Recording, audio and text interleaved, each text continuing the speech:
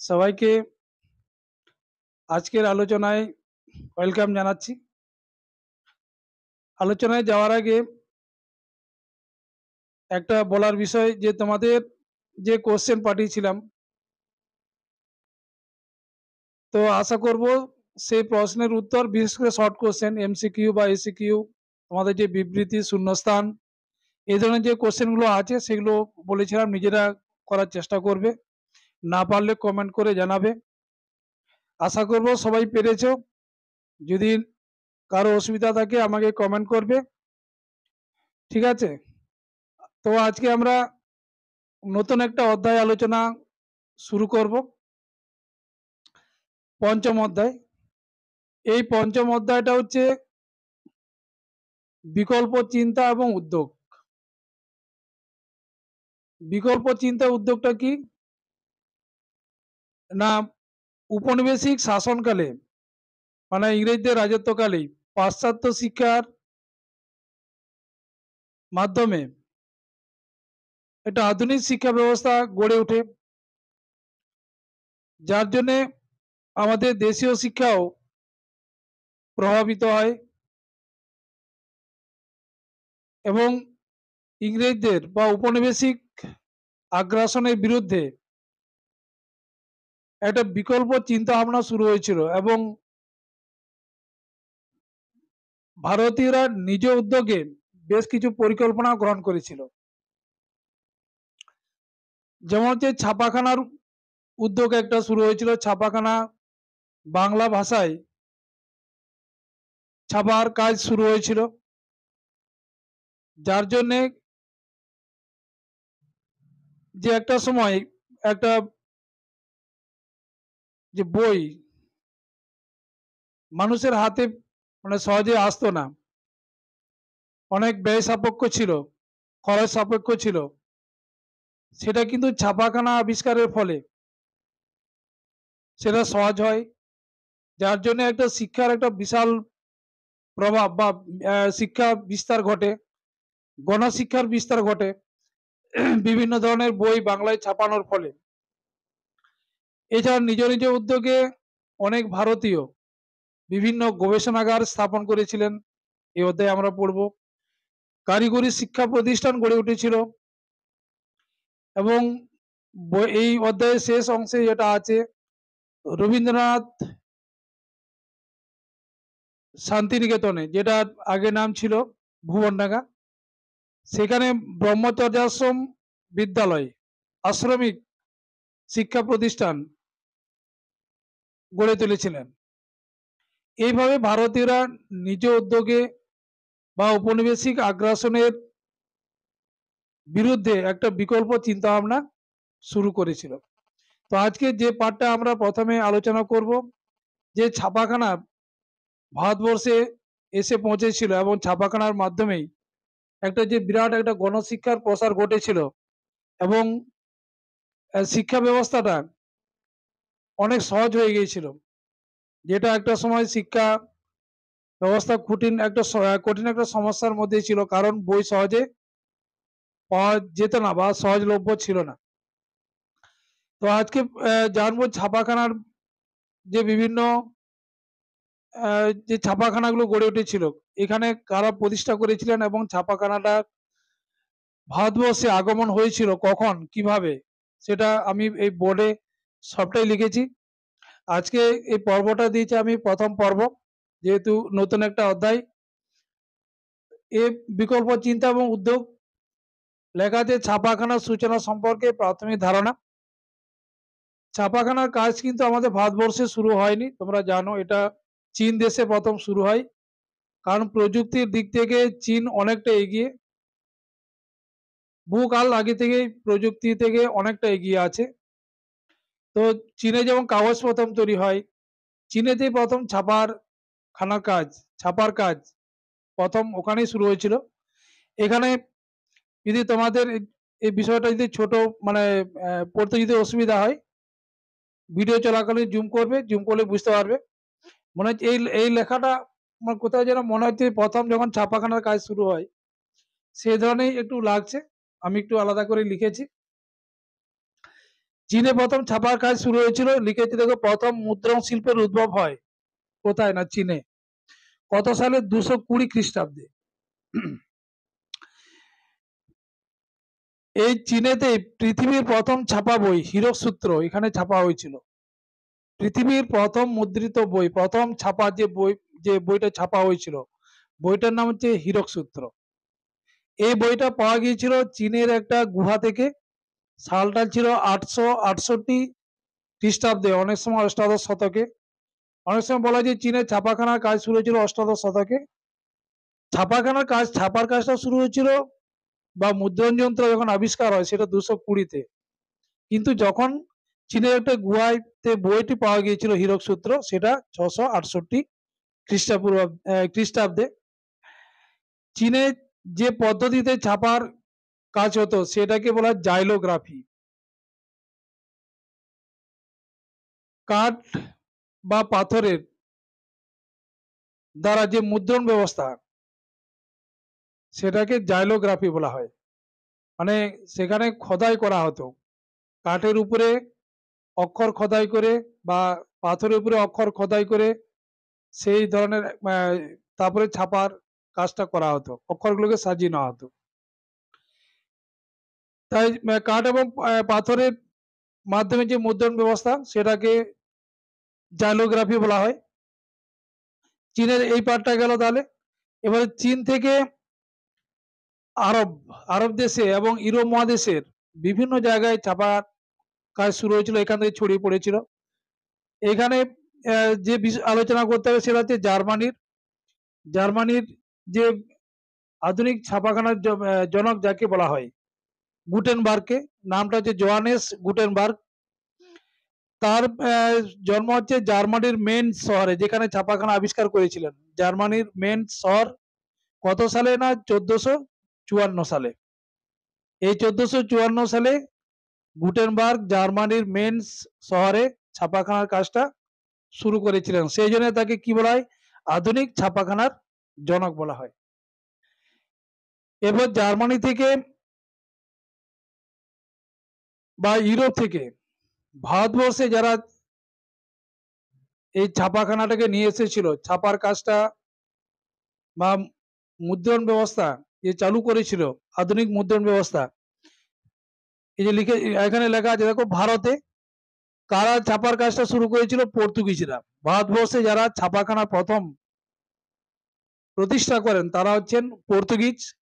তাদেরকে Jesuit missionary বলা হয়, জেসুইট মিশনারি। সেই পর্তুগিজদের জেসুইট মিশনারি কত সালে এই ছাপাখানাটা স্থাপন করেছিলেন গোয়াতে? 1556 খ্রিস্টাব্দে গোয়াতে। তার মানে ভারতবর্ষে ছাপাখানা যারা নিয়ে এসেছিল বা ভারতবর্ষে প্রথম যারা ছাপাখানা প্রতিষ্ঠা করেন তারা হচ্ছেন পর্তুগিজ। তাদেরকে জেসুইট মিশনারি বলা হয়।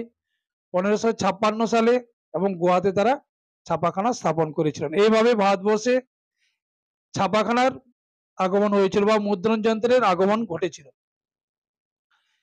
এরপরে মুদ্রণ যন্ত্র আবিষ্কারের এখানে আসার পরে আর সেই সময়কার এই ছাপাখানার যে পৃষ্ঠপোষক, এরপরে আমাদের বাংলার যে ছাপাখানা শুরু হয়েছিল, সেই সময়কার বাংলার গভর্নর ছিলেন ওয়ারেন হেস্টিংস। ওয়ারেন হেস্টিংস তিনি প্রাচ্যবাদী ছিলেন, পাশ্চাত্যবাদী ছিলেন না। কারণ ওয়ারেন হেস্টিংস যখন রাজত্ব করতেন তখন তিনি একটা বিষয় ভেবেছিলেন যে এই মুহূর্তে বা এখনই ভারতে পাশ্চাত্য শিক্ষা চালু করা যাবে না বা ইংরেজি শিক্ষা চালু করা যাবে না। যদি ইংরেজি শিক্ষা চালু করি তাহলে কিন্তু ইংরেজদের রাজত্ব সম্পর্কে ভারতীয়রা হস্তক্ষেপ করতে শুরু করবে, তাতে করে তাদের রাজত্বটা বিভিন্ন সমস্যার মধ্যে তাদের পড়তে হবে। তাই তারা ভারতীয় সংস্কৃতি বা শিক্ষা সেইটাকে গ্রহণ করে বা মেনে নিয়েই তারা প্রথম এখানে ছাপার কাজটা শুরু করলেন। মানে শুরু করার জন্য যাকে বাংলা অক্ষর আবিষ্কারের জন্য যাকে পরামর্শ দিয়েছিলেন সেই সময়কার যে সিভিলিয়ান ছিলেন, এই চার্লস উইলকিন্স, একজন সিভিলিয়ান, যে সিভিল সার্ভিসের মাধ্যমে যারা চাকরি পায়, তো একে অনুরোধ করেছিলেন এই বাংলা অক্ষর নির্মাণের জন্য। এবং আরেকটা উদ্দেশ্য নিয়ে বাংলায় অক্ষর তৈরি করার আহ, কারণটা হচ্ছে যে সমস্ত সিভিলিয়ানরা ভারতবর্ষে যারা চাকরি করতে আসতো, শাসক হয়ে আসতেন, তাদের বাংলা ভাষা শেখার প্রয়োজন ছিল। কারণ ওয়ারেন হেস্টিংস কখনোই তিনি ইংরাজি ভাষা ভারতবর্ষে শিক্ষা চালু করার পক্ষে ছিলেন না। সেই জন্য সিভিলিয়ানদের বাংলা ভাষাতেই তাদেরকে দক্ষ করার জন্য এই চার্লস উইলকিন্সকে বাংলা অক্ষর আবিষ্কার করার একটা পরামর্শ বা অনুরোধ করেছিলেন। যেটা করেছিলেন যে লিখেছে দেখো, চার্লস উইলকিন্স প্রথম বাংলা অক্ষরের নকশা এবং বাংলা অক্ষর নির্মাতা। আচ্ছা, প্রথম বাংলায় চলনশীল বা মুভেবল টাইপ আবিষ্কার করেন। চলনশীল যে চার্লস উইলকিন্স যে অক্ষর নির্মাণ করেন সেটাকে মুভেবল বা চলনশীল বা বিচল হরফ বলা হয়। এই বিচল হরফের নির্মাতা হচ্ছে চার্লস উইলকিন্স। উইলকিন প্রথম যে ছাপাখানা স্থাপন করেছিলেন 1778 চুঁচুড়ায়। 1778 চুঁচুড়াতে তিনি ছাপাখানা স্থাপন করলেন। তাকে কি কি বলা হয় দেখো, এখানে বাংলার গুটেনবার্গ বলা হয়, মুদ্রণ শিল্পের জনক বলা হয়, ছাপাখানার প্রথম অধ্যক্ষ বলা হয়, বাংলার কেস্টন বলা হয়। এতগুলো নামে পরিচিত। যদি বলা হয় বাংলার কেস্টন কাকে বলা হয়, ছাপাখানার অধ্যক্ষ প্রথম অধ্যক্ষ কে ছিলেন, বাংলার গুটেনবার্গ কাকে বলা হয়, সবটাই উত্তর আসবে চার্লস উইলকিন্স। তাহলে ওয়ারেন হেস্টিংস এর অনুরোধেই তিনি বাংলা অক্ষর প্রথম নির্মাণ করেছিলেন, বাংলা অক্ষরের নকশা নির্মাণ করেছিলেন এবং সেই অক্ষরটাকে আরো উন্নত এবং মার্জিত করেছিলেন। যে চার্লস উইলকিন্সের যে সহযোগী ছিলেন তার নাম হচ্ছে পঞ্চানন কর্মকার। এ হচ্ছে হুগলির ত্রিবেণীর, আমরা যে জেলার বাসিন্দা সেই হুগলি জেলার ত্রিবেণীর একজন স্বর্ণশিল্পী, স্বর্ণকার ছিলেন। তার আসল নাম হচ্ছে পঞ্চানন মল্লিক। কাজের সূত্রে কর্মসূত্রে কর্মকার এখানে বলা হয়েছে। পদবীটা মল্লিক, পঞ্চানন মল্লিক। চার্লস উইলকিন্সের সহযোগী ছিলেন প্রথম মুদ্রাক্ষর ঢালাইকারী, স্বর্ণশিল্পী ছিলেন, শ্রীরামপুর মিশনারিদের দেবনাগরী হরফ নির্মাতা, আর তাকে বলা হয় উন্নত বাংলা হরফ নির্মাতা। চার্লস উইলকিন যে অক্ষর তৈরি করেছিলেন সেই অক্ষরটাকে হাতুড়ি এবং ছেনির সাহায্যে সেটাকে আরো উন্নত এবং মার্জিত রূপ দিয়েছিলেন উইলকিন্সের অক্ষরটাকে। এই জন্যই পঞ্চানন কর্মকার স্মরণীয়, যে অক্ষরটাকে আরো মর্জিত এবং সুন্দর করে তোলার জন্য এবং ছাপার কাজে উপযুক্ত করে তোলার জন্য। এরপরে চার্লস উইলকিন্সের অক্ষর, পঞ্চানন কর্মকার, এদের প্রত্যেকের এখানে ভূমিকা আছে। প্রথম বাংলা ছাপা বই, বাংলা অক্ষর প্রথম যে বইটা ছাপা হয়েছিল সেটা হচ্ছে যে এই বইটা a grammar of the Bengal language. এখানে বইটা ইংরাজি লেখা আছে বা ইংরাজিতে আমরা উচ্চারণ করছি, কিন্তু এটা পুরোটা বাংলা বই ছিল না, এটা দ্বিভাষিক বই ছিল, মানে ইংরাজি ছিল আবার বাংলাও ছিল, যার জন্য এটা ইংরাজিতে লেখা হয়। যার লেখা বই তিনি হচ্ছে নাথানিয়েল ব্রাসি হ্যালহেড, হ্যালহেডের লেখা a grammar of the Bengal language. প্রথম বাংলা ছাপা বই, দ্বিভাষিক গ্রন্থ বললাম, বাংলা ইংরাজি দুটো ভাষাতেই ছাপা হয়েছিল। চার্লস উইলকিন্স এর অক্ষর, মানে এই grammar of the Bengal language বইটা যে যার অক্ষরে ছাপা হয়েছিল সেটা হচ্ছে চার্লস উইলকিন্স। এবং এই অক্ষরটাকে যে মার্জিত রূপ দিয়েছিলেন বা ছাপার উপযুক্ত করেছিলেন তিনি হচ্ছেন পঞ্চানন কর্মকার। আর যার ছাপাখানায় এই বইটা ছাপা হয়েছিল সেটা হচ্ছে 1778 হুগলির জন এন্ড্রুজ এর ছাপাখানায় ছাপা হয়, যেটাকে ছাপাখানাটাকে এন্ড্রুজ প্রেস বলা হয়। জন এন্ড্রুজ এর ছাপাখানায় 1778 সালে বইটা ছাপা হয়েছিল। এখানে অনেকের প্রশ্ন জাগে যে 1778 সালে বাংলা চুঁচুড়ায় তো চার্লস উইলকিন্স ছাপাখানা স্থাপন করেছিলেন। একই, এখানে বিষয়টা একটাই ছাপাখানা, যেহেতু চার্লস উইলকিন্স সিভিলিয়ান ছিলেন, এখানে যৌথ উদ্যোগে এই ছাপাখানাটা প্রতিষ্ঠা করা হয়েছিল, যেটাকে এন্ড্রুজ প্রেস বলা হয়েছে। এখানে এই ছাপাখানার প্রকৃত মালিক ছিলেন কিন্তু জন এন্ড্রুজ।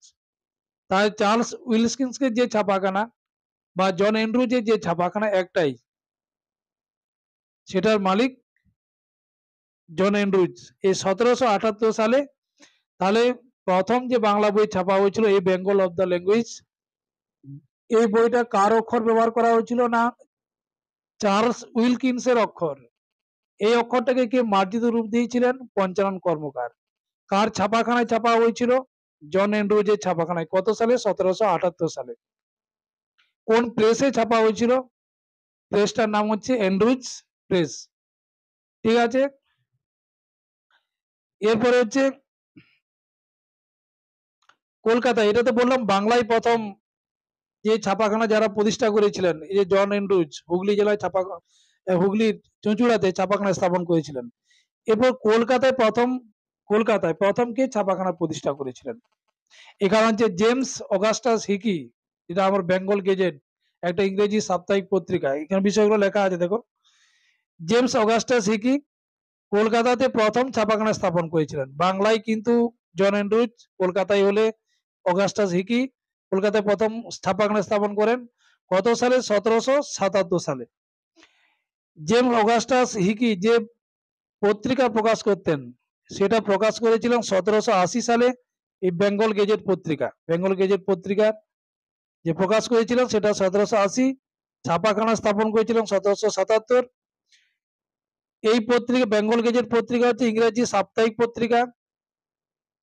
ভারতের প্রথম সংবাদপত্র হচ্ছে এই যে বেঙ্গল গেজেট। বেঙ্গল গেজেট পত্রিকাই হচ্ছে ভারতের প্রথম সংবাদপত্র। ভারতের প্রথম সংবাদপত্র ভারতে প্রচলিত প্রথম ইংরেজি পত্রিকা কোনটা? অবশ্যই বেঙ্গল গেজেট হবে। 1780 সালে অগাস্টাস হিকির পত্রিকা। আচ্ছা ভাই, লেখা আছে ভারতে প্রচলিত প্রথম ইংরেজি পত্রিকা। এই পত্রিকার সম্পাদক, মালিক, প্রকাশক একজনই ছিলেন, সেটা হচ্ছে James Augustus Hicky. Bengal Gazette পত্রিকার প্রকাশক, সম্পাদক, মালিক পুরোটাই হচ্ছেন অগাস্টাস হিকি। ভারতের প্রথম সাংবাদিক জেমস অগাস্টাস হিকিকে ভারতের প্রথম সাংবাদিক বলা হয়। ঠিক আছে, এবং সংবাদপত্রের পথিকৃৎ সেটাও জেমস অগাস্টাস হিকি হবে। এখানে লেখা আছে সংবাদপত্রের পথিকৃৎ বলা হয় জেমস অগাস্টাস হিকিকে। ভারতের প্রথম সাংবাদিক জেমস অগাস্টাস হিকি। ঠিক আছে, তাহলে কলকাতায় প্রথম ছাপাখানা স্থাপন করলেন অগাস্টাস হিকি। কত সালে? 1777। 1780-তে বেঙ্গল গেজেট পত্রিকা প্রকাশ করেছিলেন। এটাই হচ্ছে ভারতের প্রথম সংবাদপত্র, ইংরাজি সাপ্তাহিক পত্রিকা ছিল। সম্পাদক ইনি ছিলেন, তাকে ভারতের প্রথম সাংবাদিক এবং সাংবাদিকদের পথিকৃৎ বলা হয়। ঠিক আছে, তাহলে এই বিষয়টা হলো। এরপরে হচ্ছে সুরেশচন্দ্র মজুমদার। চার্লস উইলকিন্স বাংলা অক্ষর নির্মাণ করেছিলেন বললাম। উইলকিন্সের অক্ষরটাকে মার্জিত রূপ দিয়েছিলেন পঞ্চানন কর্মকার বা মল্লিক। এরপরে সেই অক্ষরটাকে নতুন আরো একটা নতুন রূপ দেওয়া হয়েছিল, যেটা ছাপাখানার ক্ষেত্রে একটা আলোড়ন সৃষ্টি হয়, নতুন দিক তৈরি হয়েছিল। সেটা সুরেশচন্দ্র একটা পদ্ধতি আবিষ্কার করেছিলেন, যেটাকে লাইনোটাইপ বলা হয়। লাইনোটাইপ, এই লাইনোটাইপ পদ্ধতিতে এরপর থেকে ছাপার কাজটা শুরু হয়েছিল, এবং আগের যে ছাপার পদ্ধতি ছিল তার থেকে কিন্তু এটা অনেক সহজ হয়েছিল। এখানে লেখা আছে সুরেশচন্দ্র মজুমদার প্রথম এই বাংলা অক্ষরের মার্জিত রূপ দেন, আরো উন্নত করেছিলেন পঞ্চানন কর্মকারের পরে। তিনি লাইনোটাইপ পদ্ধতি আবিষ্কার করেছিলেন, বলছি এটা। মুদ্রণ ব্যবস্থা উন্নত হয়। আনন্দবাজার পত্রিকা আর লাইনোটাইপে 122টি শব্দ ছাপা হয়েছিল। সুরেশচন্দ্র মজুমদার যে লাইনোটাইপ ছাপার যে পদ্ধতি আবিষ্কার করেছিলেন, সেটা সেটাকে প্রথম কাজে লাগানো হয়েছিল আনন্দবাজার পত্রিকায়। এই লাইনোটাইপে আনন্দবাজার পত্রিকায় 122টি শব্দ ছাপা হয়েছিল। এখানে লেখা আছে দেখো, লাইনোটাইপে 122টি শব্দ ছাপা হয়েছিল এই আনন্দবাজার পত্রিকায়। লাইনোটাইপটা কি না? লাইনোটাইপ হচ্ছে একটা মুদ্রণ, এক ধরনের উন্নত টাইপ। এক ধরনের উন্নত টাইপ, যেটাকে লাইনো টাইপ বলা হয়। এই টাইপে ছাপার কাজটা কিন্তু অনেক সহজ হয়েছিল, অনেক আধুনিক হয়েছিল। সেই জন্য সুরেশচন্দ্র মজুমদার এখানে ছাপাখানার জগতে গুরুত্বপূর্ণ ভূমিকা গ্রহণ করেছে। এরপরে আমাদের বাংলা ছাড়াও পূর্ববঙ্গ, বাংলাদেশ, সেখানেও কিন্তু ছাপাখানা স্থাপিত হয়েছিল, প্রতিষ্ঠা হয়েছিল। প্রথম যেখানে হয়েছিল সেটা হচ্ছে, যে মনে রাখবে, রংপুর, 1847। রংপুর প্রেস, 1847 সালে রংপুরে প্রথম প্রেস ছাপা হয়েছিল পূর্ববঙ্গের মধ্যে। এরপর হচ্ছে ঢাকা, ঢাকা হচ্ছে 1860, 1847, আর এটা হচ্ছে 1860। এটাকে ঢাকা প্রেস বলা হয়। অনেক বইতে অনেক ধরনের সাল লেখা থাকতে পারে, এখানে 1860টাই হবে। আর 1847 রংপুর, 1847 ঢাকা, 1860। ঠিক আছে। এরপরে আমাদের আরো যে যারা ছাপাখানা প্রতিষ্ঠা করেছিলেন, মিশনারিরা। তোমরা জানো যে শ্রীরামপুর তরী, যাদেরকে বলা হয় William Carey, Marshman, William word, তারা যে ছাপাখানা, শ্রীরামপুরে যে ছাপাখানার কাজটা শুরু করেছিলেন, তাদের ছাপাখানার কি নাম, কবে প্রতিষ্ঠা করেছিল। তারপরে বিদ্যাসাগরের ছাপাখানা প্রতিষ্ঠা করেছিলেন গঙ্গা কিশোর ভট্টাচার্য, উপেন্দ্র কিশোর রায়চৌধুরী। এই চারজনের এর পরের দিন এদের ছাপাখানা কি নাম এবং কবে তারা প্রতিষ্ঠা করেছিলেন, ছাপাখানার মাধ্যমে তারা কোন কোন বই তারা প্রকাশ করেছিলেন, তাদের ছাপাখানায় কি গুরুত্ব ছিল, সেগুলো পরপর একের পর আমরা আলোচনা করব। আশা করব তোমরা আলোচনার সঙ্গে থাকবে। আলোচনা ভালো না খারাপ কি লাগছে আমি জানি না। যারা, আমি বলবো, সাবস্ক্রাইব করনি, করবে, এবং ভালো লাগলে বন্ধুদের শেয়ার করবে। ঠিক আছে। এর পরের দিন আবার দেখা হবে পরের ভিডিওতে। ততক্ষণ সবাই ভালো থেকো এবং সবাইকে গুড নাইট।